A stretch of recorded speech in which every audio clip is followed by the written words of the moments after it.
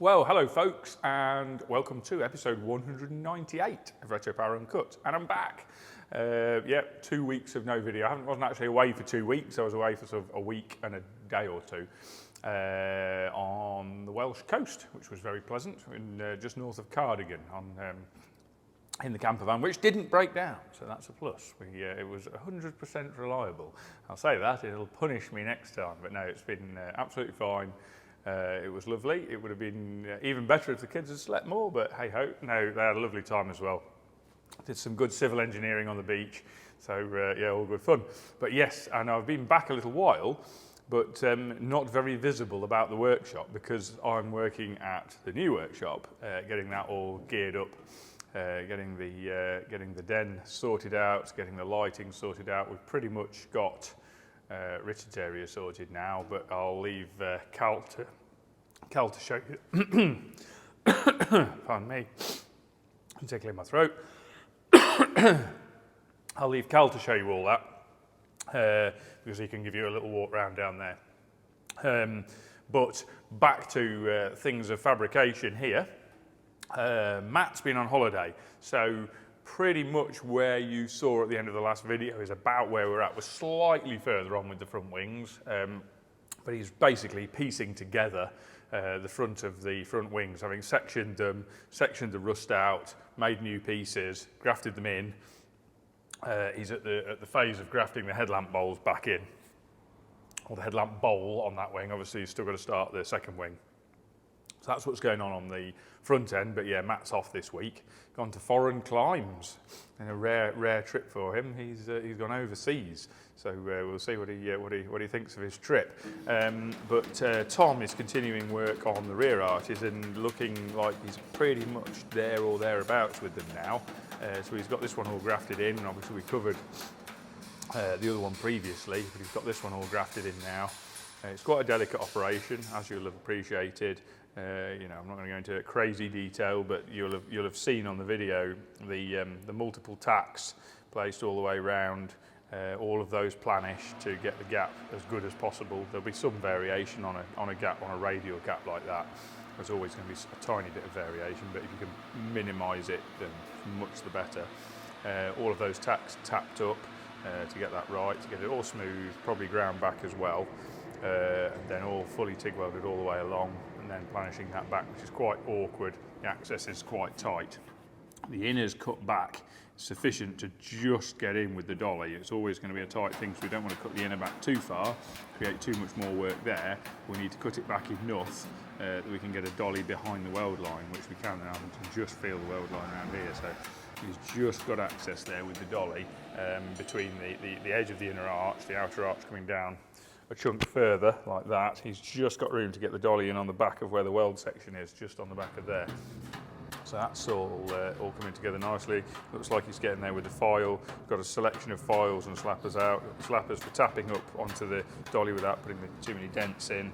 And then he's grafted a little extra handle onto this curved file, which is quite nice, which will be what he's been using in that radius there to just file that. We've got a pair of, I've got one of these and Tom's got one, nice curved file, and he's just tacked a handle on just to give him a bit more control while working around there. Most of the guys have got, what Tom's got there, which is an old one of those, or a file that's been bent with a bit of heat, and then the grip ground down, and that just gives that makes it a good slapper. It stops it spreading the material too much as you use it. It gives you a nice radius to go into there, and it's a nice hard material, so it doesn't pick up marks. So it's a good way of doing it. Progressing really nicely on that. So the body shell rust repair work is getting pretty close to done now. I think Matt was pretty close to doors complete. Obviously he's got the other wing to do and finish the first wing. We're very close. So the next phases will be twofold. Again, I think I've mentioned this before, but I imagine hopefully we'll be towards that next week. We've still got to do the inner arch on this side, which will be the mechanical build-up, ready for sort of dry build, so to speak, and doing all of the associated work with that, and also doing the metalwork associated with mechanical parts. So where the heater, the HVAC unit goes in is the most notable piece of work we've got to do. We've got to do quite a bit of work to the bulkhead for fitting that. So that's a significant chunk of work to come on there. So that's what will be happening with this. We'll be moving onto the lift there, and then we'll be able to get on with the installation of the mechanicals on that front in that big pallet wrapped setup there. I'll walk around this way so I can point at the right thing, because amongst the many panel stands, there are obviously Audi S4 axle assemblies. That is from Simply Performance, and is a outboard brake late facelift XJS rear end, which is what we're going to be using in that car in the Portofino project. So that's now arrived from Simply Performance. So we've got all the building blocks. We've got the original front end, which we're going to use. We've got this rear end. We've got the engine and transmission over there. So we've got all the major lumps that we can put together to actually put the mechanicals in, to then start working around for all of the detail work that needs to be done. So that's where we're at on XJC, Project Portofino. I am going to hand over to Bobby on the Etype, because bluntly I'm not that au fait with what's going on it, because I haven't been here, and I know there's a bit of detail work going on around the B posts again. There's been a bit of an iteration around there, so I'm going to hand over to Bobby, let him explain that. Hello folks, I'm back on the metalwork. So I finished the suspension setup on Jensen, and I'm back working on the E-Type. So I left off here redoing completely the B pillar. This I thought would be the final piece here, but when I fit the latch and the striker, what is happening is for the striker to clear this bit here, I've got too deep of a slot, and obviously because we convert from inside sealing to the outside sealing of the door, the seal is not quite covering the recess where the striker passed through. So what I have to do is again, I'm nearly probably maybe 80% done with a new piece. I switch this bit here deeper, so the whole latch is sitting further in the door. So obviously we're going to have less cut here, and then the door seal is going to shut properly here on the flange. So yeah, that's I'm currently doing the bit. I'll show you something interesting just in a minute. And also I've been doing the inner structure so we can tie in the B pillar, because this is open top obviously, so we try to make it as stiff as possible. We already have a big 4-inch tube running from this end of the seal to the other end. What I want to do also here to make even more stiff kind of the back bit, because the open top, if you don't have roof, it's trying to bend it in the middle. So I'm bracing the B post. There was never here anything. It was literally just the quarter panel spot welded here on the outside, and there was just a small gusset here originally, which was not doing much. So I'm going a heavy duty. So that's again just to confirm that the plate that I'm doing here for the B post is 1.6 mil. This is 1.6 mil, and so that should give it a plenty strength. So that's gonna be welded here on the bottom seal here with the flange as well, and then this bit is going there like so. So this tie in the B post straight to the inner arch, which inner arch is very stiff on this bit. This is a triangulation here to the seal, so the whole thing is really stiffened up, I guess, and that should give us as much rigidity of the body as possible.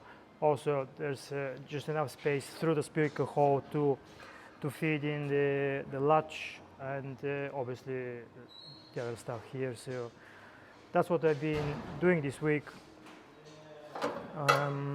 Yeah, I'll show you on the table right now. I'm chasing the new B pillar piece. That's again, I'm not going to go in details. We mentioned that before. That's my, I'll guess that's the punch slash chasing too, which is underneath obviously. So this is the piece I just started today. Yesterday, end of the day, I had the first trial, so you can see the difference. As the one on the car is about 4 mil deep only. I want it to be another 5 mil deeper, about 9 mil in total. So that was just a trial yesterday, because the deeper you go, the more you stretch the metal, and there are more complications with the first one, which is just 4 mil. I got away with not preparing much the tooling, the press tooling that I made. So I had sharp corners and all that, which was fine, but when I have to press it so deep, 9 mil, it's overstretching it on the edges, and because the tooling edges were kind of sharpish left, and the actual plate was not even polished, I couldn't get away, and you can see the results. It's split on the corners. It's literally cut it here, there, inside as well. Something else that contributed to this as well was the lack of the tooling being polished, first of all. But the most important was the heat. I thought probably with heating up the corners is going to relax the metal so it can bend it easy, but what happened is actually, because you want to draw the metal from outside in when you press it, what happened is the heat actually softened the metal, and the metal didn't have enough strength to pull extra material, and what happened is it only stretched itself to a point where we exceeded the tensile strength of the metal, and obviously on that point it just breaks off.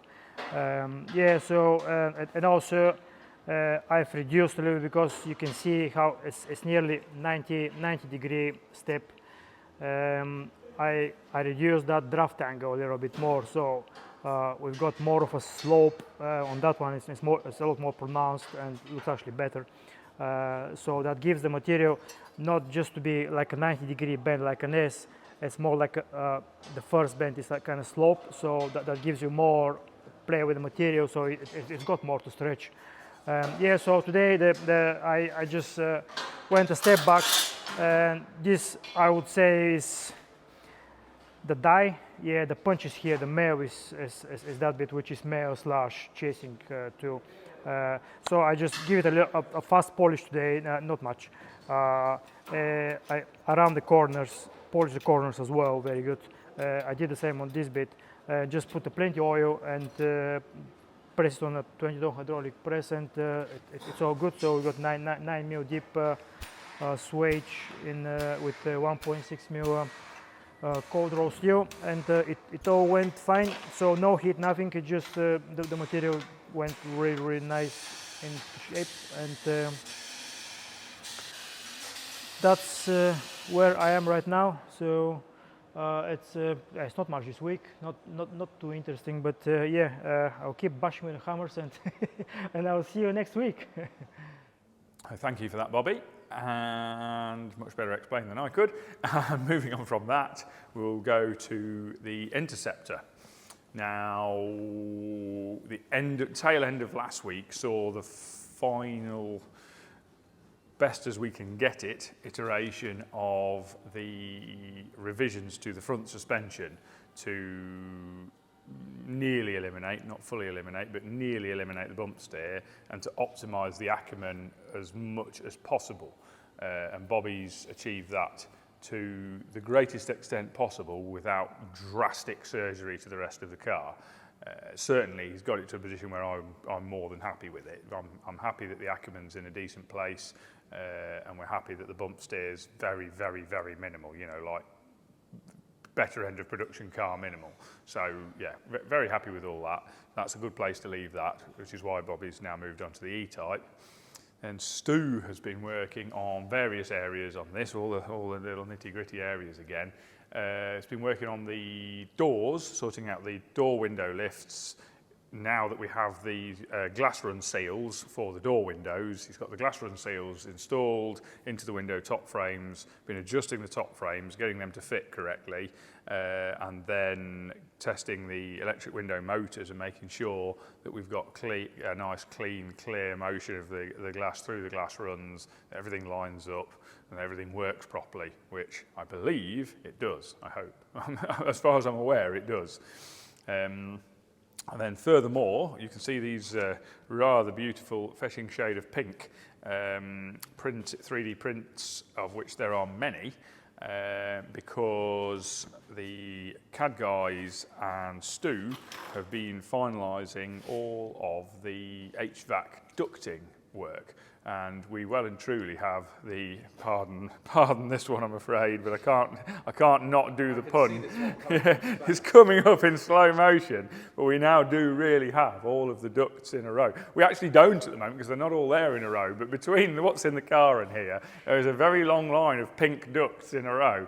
But it's actually looking a really impressive setup. I mean, the steps forward of having a 3D printer for this sort of thing just revolutionised this sort of job. To do this without the 3D printer would be a horrendous task, and the cost would be absolutely mind-boggling.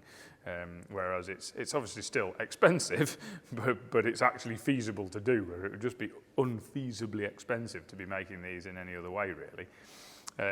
So yes, I believe all of the 3D print parts and all of the CAD work behind all of those 3D print parts is now done. And the final fit is being, or has been, again I'm slightly away from the exact state of things at this moment, but the dashboard's been fitted in the car, the ducting has all been fitted to all of these 3D prints to make sure that it's all possible to fit and all fits in the space available, and all will connect the HVAC unit up to all of the face vents. So yeah, good progress on that, and I believe Stu's also been working on getting the AC lines all fitted up and in place and swaging up the ends of those and just getting everything that needs to be fitted in terms of HVAC related plumbing to fit in the space available and to work and not be a nightmare when we come to actually do the final assembly. It's all looking pretty darn good, I have to say. Moving on from that, I've probably missed something, but moving on from that, we go to the body shop. And I'm just going to gesticulate because we're not actually going to walk in there now, there's no point. But the Harvest Gold, aka beige, aka mustardy yellow Allegro, which is looking really, really good, I have to say. It sounds a crazy thing to say, to be that excited about a project that is based on an Austin Allegro. But I really am, really genuinely very excited about that project. And for some reason, I just really, really like the Allegro projects. They're just, I mean, I like everything we do, else I wouldn't do it. But they just stand out as being such a simple base, and yet such an awesome final result. And we're obviously not at the end of that. We're not at the final point of that final result yet, but I can just see they are going to be an incredible thing. And yeah, out in the body shop guys got the Allegro out in the sunlight on the rare sunny day we had the other day. Got the Allegro out in the sunlight, and I'm sure you'll agree.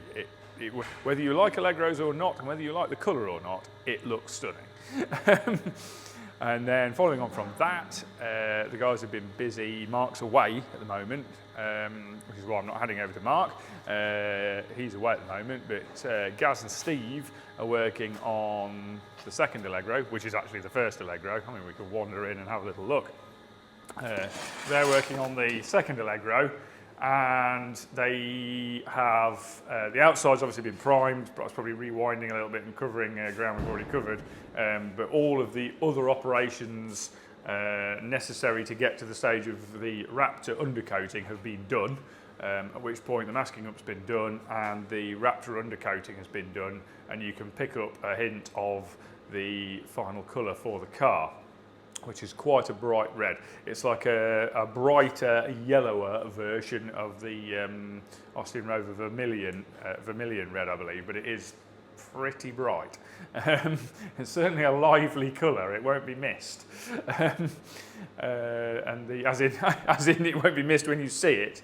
The car may be missed by us when it's gone, but you certainly won't miss it on the street.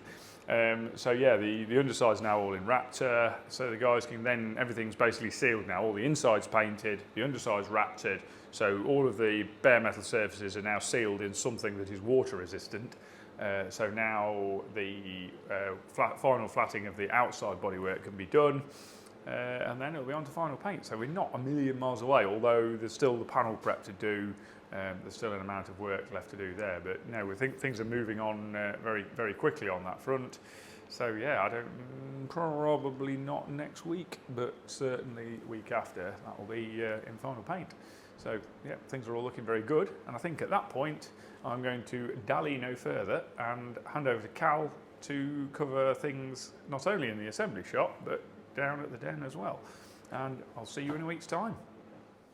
Well, thank you, Nat. And we're starting in front of Project Churchill, which excitingly is pretty much ready to drop onto the floor. I will add straight away that although sometimes I look at these wheels on this car and actually think they look pretty cool on it, they are temporary. The actual wheels are being made at the minute, so I'm going to unveil those at some point over the coming months. But yes, subframes are in. Anthony's been working on that. He got the last of the plumbing, which he wanted to get in first because some of the plumbing is obscured by the rear subframe. Some of it's just easier to get in first. And then yeah, subframe's bolted in relatively straightforward. Just as a sort of recap on the suspension setup on this. At the rear, we're running, in place of the live axle that these originally had, we're running a Jag independent rear end. It is the cradle and lower arm width and drive shaft width from an S-Type of this era, which that was basically the S-Type was almost, could be considered the follow-on from this, and it had an independent rear end.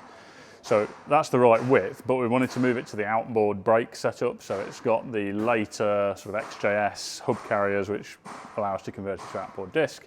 And then it's got a new build differential unit that was built by, I'm going to have a mental block, Simply Performance. I knew it would come to me, who incidentally have also just supplied us the donor rear axle and engine and gearbox for the Portofino XJC project.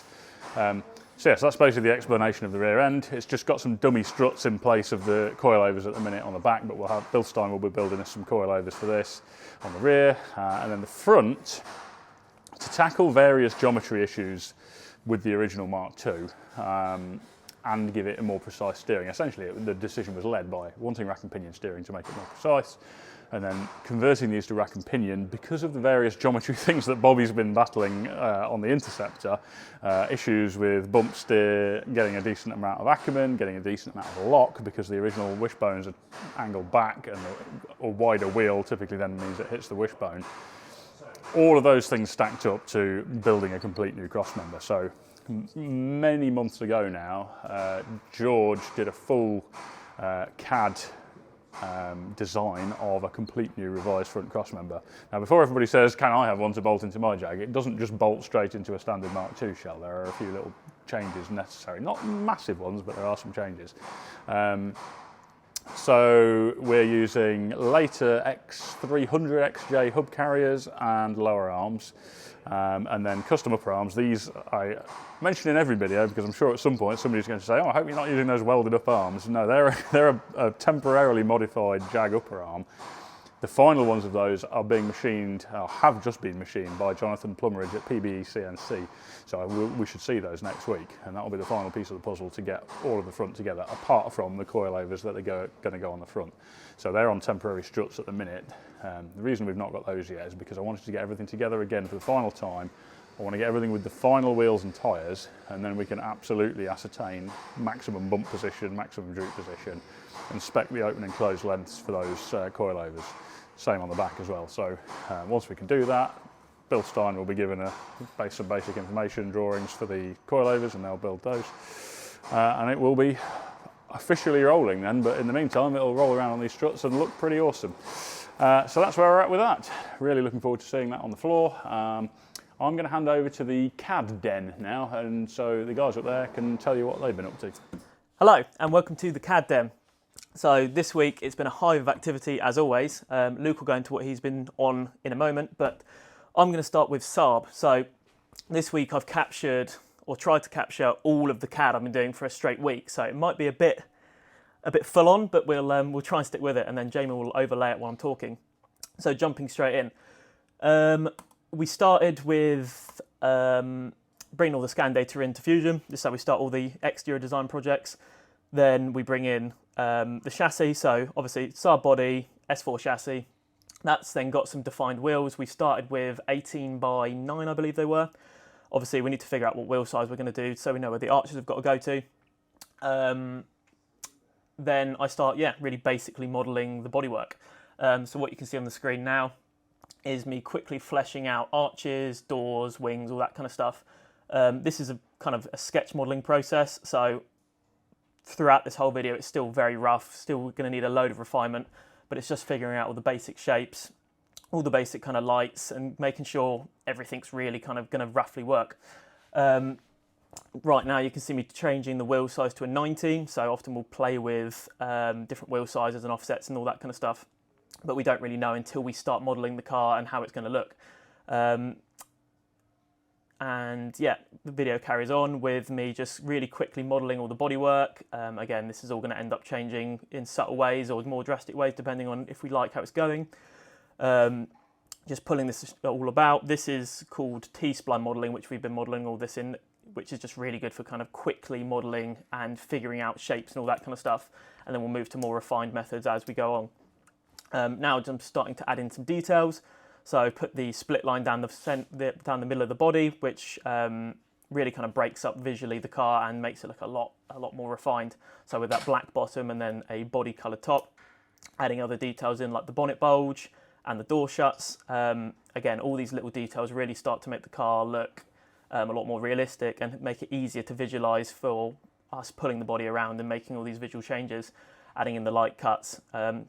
You'll see me jumping in and out of the render environment like I am now, and that's really just to kind of look at all the different lights and how the light's bouncing off the bodywork. Obviously I've looked at it and gone, we're missing the wing. So all of this is based on an original render. The render had a wing, so we're adding that in basically, just in kind of a really simple sense. A lot of this will end up getting tweaked and changed, and it's a very backwards and forwards process with me and Cal and then the customer. So it's just trying to get all the details in roughly, and then we can kind of, then, like I said, bounce ideas back and forward. So adding in things like the splitter as well, exhaust, just trying to flesh out every little element of the design. We jump into doing the front grille now, or front, grille. This uses parametric modelling, so all the rest of it's been T-spline. This is parametric. It's just another way of modelling inside of Fusion. Then onto the rear lights, which you might recognise from the Quattro project. So these are individual units, which then are then set into a back plate, which is an idea which we kind of started developing with the Quattro, and obviously now we're moving on to using it on the Saab as well. Looked at the whole rear end, was thinking it's looking a little bit cluttered, so now I'm starting to model a lens for everything, just to kind of settle that rear end down, so that could then be tinted and just kind of really tone the rear down if we wanted to, or make it a bit more in your face if we kind of want to go that direction. Adding more details in now, so this is the side vent. Again, all of this is based on a couple of renders we've had done. And that had a side vent in it. I've modelled it one way, then thought, okay, that's not really looking how we want it to look, so I've gone into a slightly different way, which brings it more raised and pulled out of the body to kind of add a bit more of a 3D element to it. Again, all of this is probably going to end up changing and being tweaked around, but it kind of gives you an idea of where we're at. So yeah, this is where we're currently at with the car. Still a long way to go, but we're kind of happy with how it's gone. Obviously, this has been about a week's worth of work for me, and Cal in the background kind of looking over my shoulder, making sure I'm not doing anything too stupid. But yeah, that's what I've been up to. I will now pass over to Luke, and he'll talk through what he's been doing. Hi guys, welcome back. I think I'm going to kick off where Cal left off last week with the Allegro dash. Since what you saw last week, we had a meeting with Richard, our in-house trimmer, about it. kind of went over the changes that he wanted to see to make it really nice for him to trim and get a really like OEM level finish where you haven't got any bulges, putting in seam details, putting in recesses for him to tuck ends of leather back into and everything, and getting that to a point where that can get finally signed off and start to get made in-house by us and then put together so he can trim it with the door cards, which I think you guys also saw in last week's video. Staying on the topic of the Allegro, you can see I've got a Momo steering wheel boss here because if some of you are familiar with the Allegros, they came with a pretty funky square steering wheel, or as George likes to say, squircle. So we've been on with designing that, and this is actually a prototype for the center bit and the horn function. It originally had 4 of these little springs in it, but these are a little bit too tough when you have 4 of them. So this is the function with 2, which is about where we would want it to be. So I'm speccing 4 springs, which are about half the force of the current ones, redesigning that to have the 4 springs back in it again, so you don't get any of this wobble in it. And then also changing it from pressing on the original Momo horn to 2 individual switches either side. So no matter where you press in this center section, you're definitely going to articulate the horn and you can road rage in complete peace. Other than that, I've been on with something on Churchill actually, which is really exciting. As with chucking parts, well not chucking, professionally putting in parts from many different cars into a car which it wasn't meant to be in the first place, you're going to come up with some problems. One of the ones with Churchill is that the shaft coming from the steering rack through the bulkhead to where the front subframe is runs directly through where the accelerator pedal needs to be. So I've been on with designing still got all the support on it, I'm here making a mess. I'm here making a pedal which kind of kicks around that shaft and still is able to articulate fully throughout its travel without hitting that or coming close to it whatsoever. So we did a couple of cardboard templates before we did the final 3D print, and I've literally just pulled this off the 3D printer. I'm cleaning it up now. We'll cut in some footage showing you the original, why it wouldn't work, and why I've redesigned it, and I'll show you the prototype in the car. Hopefully that all works perfectly, and yeah, you can accelerate the car all fine. Other than that, yeah, I think that's it, to be honest. Thank you very much. Okay, thank you guys. Carrying on with what's going on down here, Escort related. So Project Kuma, we are very excited that we're about to receive the interior through from Dean. So there'll be a big reveal of that next week, I think. But we just wanted to tackle a few last things before we get that interior in. So the guys are fitting the windscreen, and that kind of was the last of the pieces we wanted to get in place before we just put all the interior in, which should go together fairly quickly because everything else is in place. Obviously now I've said that, I will have jinxed it and it won't go easily, but that should go together pretty swiftly. And then Project 1, I finished the remainder of the nitpicking jobs I was doing on that. And then something I wanted to do was just do a realignment check on it. Because we'd lowered it, we'd raised it at the rear slightly. That had changed the camber on the back because it rolls camber on in suspension travel. So I wanted to get the alignment reset up. And conveniently, one of the things in the new unit, the den, that we've always wanted here but struggled with because the floors are not flat in these old cow sheds, is a 4-poster alignment setup. So we'll shoot down to the den now and have a look at that. Welcome back to the den. Let's go inside. You can see actually we're doing a bit of sprucing up. So some of the paintwork looking a bit tired and don't really want the green. So that's getting a jolly good sanding ahead of being painted a more appealing grey. See Nat down there and Martin somewhere around as well, who are busy basically working on the workshop. So lighting improvements going on, wiring to the ramps, and as you can see, we actually have a ramp in use, and thought I'd take full advantage of finally having a flat floor with a 4-poster on it, with all the alignment set up. So it's got the sort of roller plates at the back, so when you drop the car down from having it jacked, the sort of lateral movement of the wheels is accounted for, so you don't have to like roll it back and forth and bounce it to get it to settle down. It's got the turntables on the front, so you can obviously steer it easily without scrubbing the wheels or moving the car around. And a jacking beam under there, and it's yes, it's one of the things that we've kind of made do sort of with levelling plates and struggling on the floor for quite a number of years now. So having this facility now is extremely handy. So, and we will be getting a proper alignment set up at some point. At the moment I'm just taking advantage of the ramp but using the old school string method, which works perfectly well. It's just a little bit more time consuming. So yes, just doing a final alignment setup on the Escort before it's handed over again.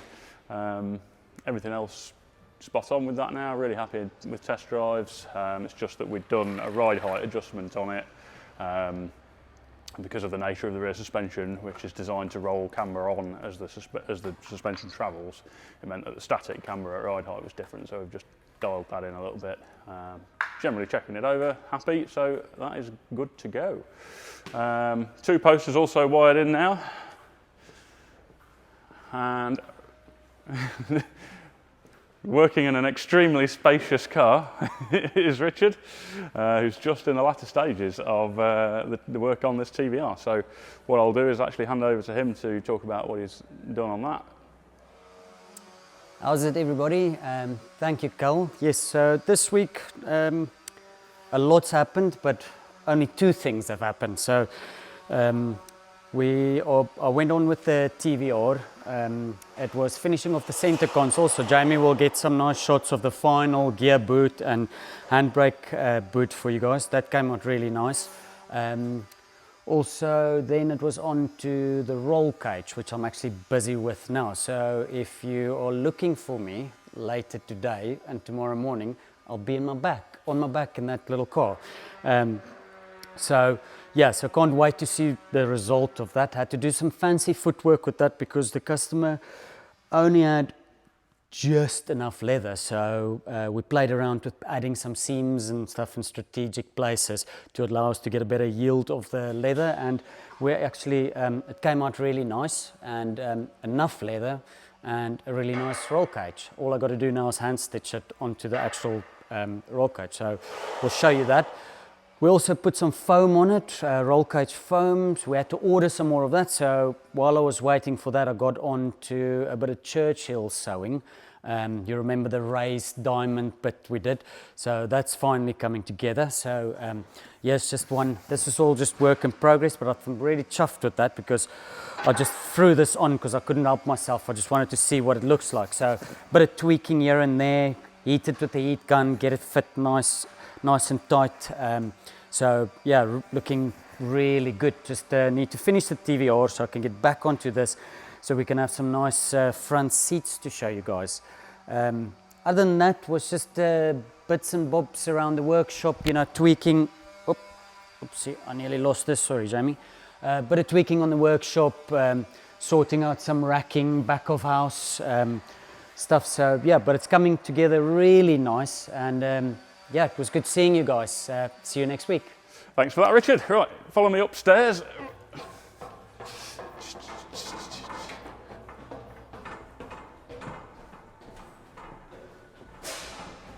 Okay, we shall pass through the trim studio, and I'm just going to pause briefly at the back end of a coffee machine. But let's go around this side. And a quick thank you to Roundstone Coffee.